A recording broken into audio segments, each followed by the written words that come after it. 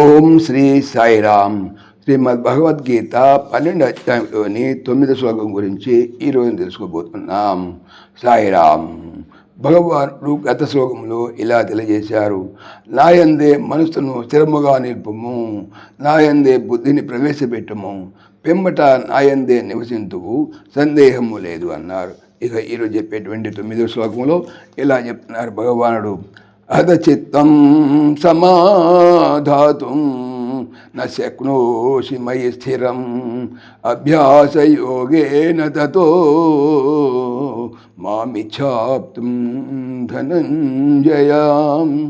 ధనంజయ, ఓ అర్జున, అధ ఇక లేదా ఒకవేళ చిత్తం మనస్సును, మయి నాయందు, స్థిరముగా, సమాధాతుం నిలుపుటకు, నా శక్నోషి శక్తుడవు కానిచో, తతః అటు పిమ్మట, అభ్యాస యోగేన అభ్యాసమైనటువంటి యోగము చేత, మాం నన్ను, ఆప్తుం పొందుటకు, ఇచ్ఛా కోరము.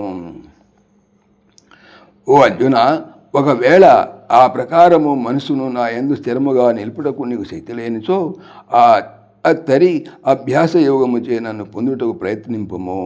అనగా అభ్యాసము ఆ స్థితిని ఎట్లయినా సాధింపమని చెప్పి భావం.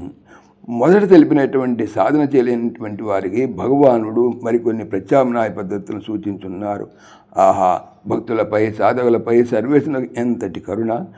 మనసు చేతనే బంధము, మనసు చేతనే మోక్షము జీవునికి కలుగుతున్నవి.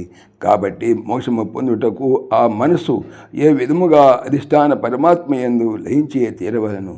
ఈ కారణమనే గీతాచార్యులు మనసు దైవమందు నిలకడను పొందినచో అభ్యాసము చే ఎట్లయినను దాన్ని నిలకడ పొందులాగని చేయవలేనని తెలియచేస్తున్నారు. సాయిరామ్. ఓం దేవకీ నందనాయ విద్మహే వాసుదేవాయ ధీమహి తన్న కృష్ణ ప్రచోదయాత్.